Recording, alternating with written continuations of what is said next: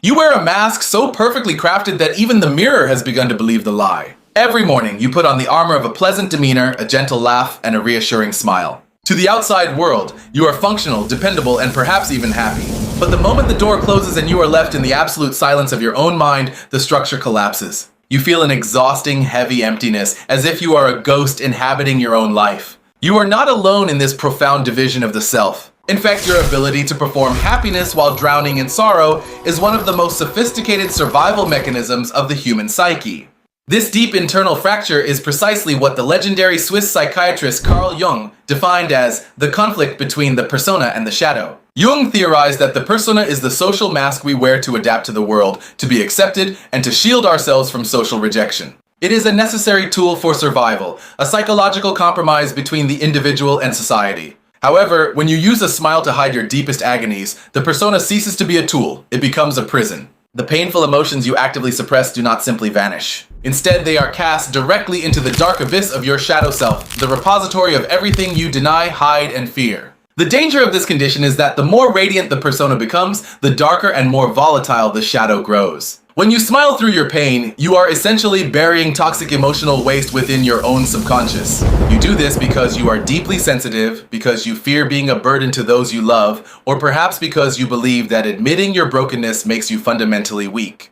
But this silent endurance comes at a devastating cost to your soul. To understand why you hide your pain behind a smile, we must first analyze the phenomenon of smiling depression through a Jungian lens. This is not the type of depression that keeps you paralyzed in bed for days. Instead, it is a highly functional, deeply deceptive state of misery. You excel at your job, you reply to messages, and you support others through their difficulties. The smile acts as a psychological buffer, a defensive shield that prevents anyone from looking too closely. By projecting an image of total competence, you create a barrier that keeps people at a distance, ensuring they never see the vulnerability underneath. This behavior is driven by the profound fear that if people saw the real, unvarnished version of you, they would turn away in disappointment or disgust. You have internalized the tragic belief that you are only worthy of love and connection when you are whole, positive, and strong. This leads us to the second core dimension of this psychological state, the process of toxic internalization. When you experience emotional trauma, anxiety, or deep existential loneliness, your natural instinct should be to express it.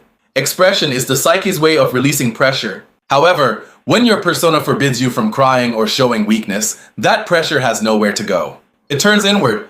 The pain is redirected toward your own ego, manifesting as a ruthless internal critic. You begin to punish yourself for feeling sad, telling yourself that you have no right to be miserable or that you are simply being dramatic. This internal warfare completely drains your vital energy, leaving you chronically exhausted even after a full night of sleep.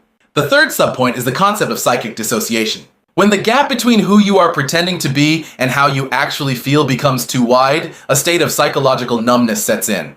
You begin to feel detached from your own body and your own life, watching yourself perform actions from a distance. The smile becomes entirely mechanical, a reflex completely disconnected from any genuine warmth. You find yourself trapped in a surreal paradox. You are hyper-visible to the world as a happy, reliable person, yet you feel completely invisible because nobody actually knows the agonizing truth of your internal reality. You are lonely in a room full of people who love the mask, but have never met the person wearing it. Living this double life takes a severe toll on your daily existence and your relationships. The most immediate impact is the profound erosion of authenticity in your connections. When you never show your pain, you inadvertently deny your loved ones the opportunity to truly know you and support you. Your relationships remain surface level, even if they appear deep. You become a psychological caretaker for everyone else, absorbing their problems while giving them absolutely nothing of your own inner world to hold. This creates a bitter resentment within your shadow self. A quiet, angry voice inside you begins to whisper that no one cares about your pain, completely ignoring the fact that you are the one actively hiding it from them. Over time, this resentment mutters so loudly that you begin to withdraw from social circles altogether,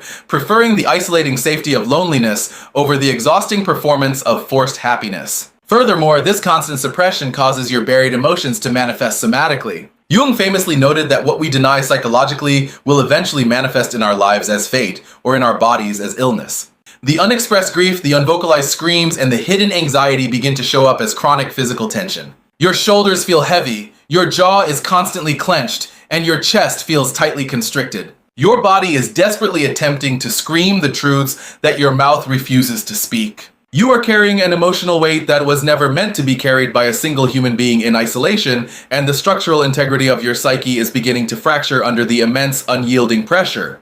The path out of this exhausting prison requires what Carl Jung called shadow integration. You must find the immense courage to stop viewing your pain, your sadness, and your vulnerability as defects that need to be hidden away. Your pain is not a design flaw, it is a fundamental, sacred part of the human experience. To heal, you must allow the mask of the perfect, happy persona to slip, even if it is just a little bit at first, and let the light of your conscious awareness shine into the dark corners of your shadow. This does not mean you must broadcast your deepest traumas to the entire world.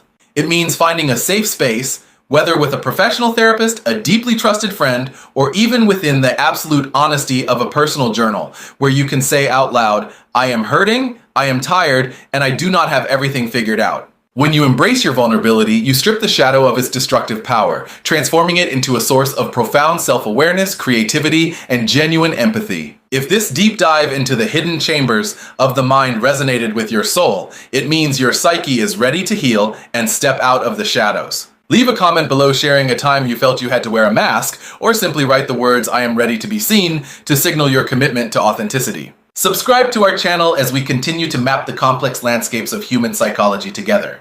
Remember, a smile is only beautiful when it is a reflection of your internal joy.